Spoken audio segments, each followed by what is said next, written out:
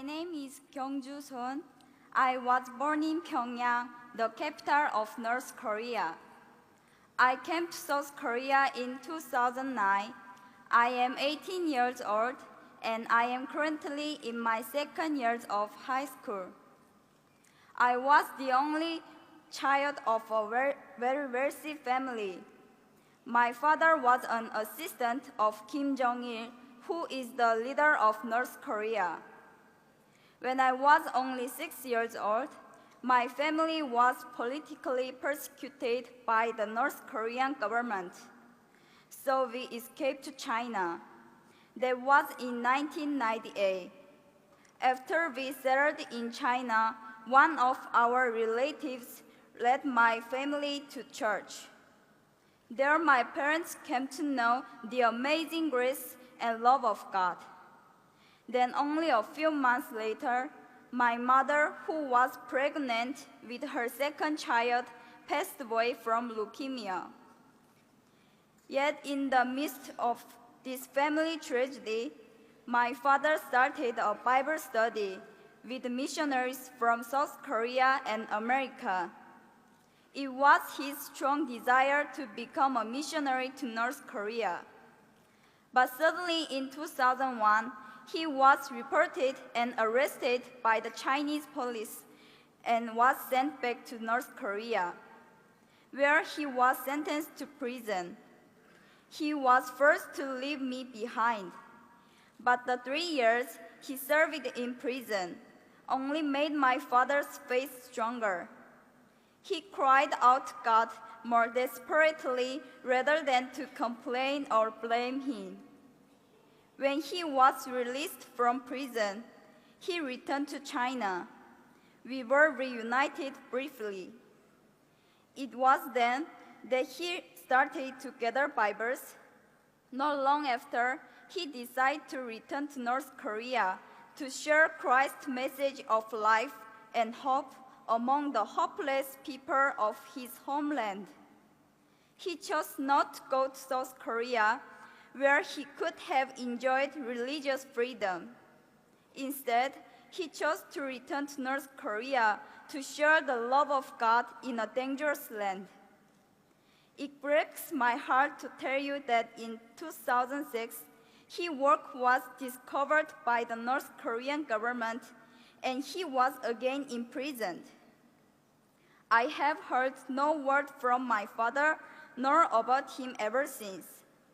In all probability, he has been shot to death in public on charges of treason and espionage, as is so often the case for persecuted Christians in North Korea. When my father was arrested the first time in 2001 and was forced to leave me and return to North Korea, I was not yet a Christian. That's when I was adopted by a young Chinese pastor's family. They showed me great love and care. Through them, God protected me. But the pastor and his wife had to go to America in 2007. Shortly after that, I was given the opportunity to go to South Korea.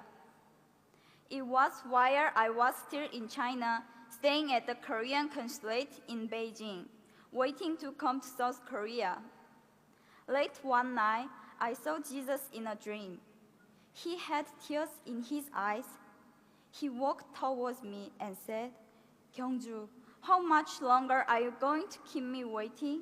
Walk with me. Yes, you lost your earthly father, but I am your heavenly Father, and whatever has happened to you was because I love you." After I woke up from the dream, I kneeled and prayed to God for the first time. That night, I realized that God, my Father, loves and cares about me so very much that He sent His Son Jesus to die for me. I prayed, "God, here I am. I just lay down everything and give you my heart, my soul, my mind, and my strength. Please use me as you will." Now, God has placed deep in my heart a great love for North Korea. just as my father was used there for God's kingdom. I now desire to be obedient to God. I want to bring the love of Jesus to North Korea. I look back over my short life and I see God's hand everywhere. 6 years in North Korea, 11 years in China, and the time of being here in South Korea. Everything I suffered, all the sadness and grief, everything that I experienced and learned, I was to give it all to God and use my life for His kingdom. I hope to honor my Father and to bring glory to my Heavenly Father by serving God with my whole heart. Currently, I am working hard to get into university to study political science and diplomacy. Then, I want to work for the rights of the people of North Korea, whose rights have been taken away. I believe God's heart cries out for the lost people of North Korea. I humbly ask you, my brothers and sisters here in this place, to have the same heart of God. Please pray that the same light of God's grace and mercy that reaches my father and my mother and know me will one day soon dawn upon the people of North Korea. My people, thank you.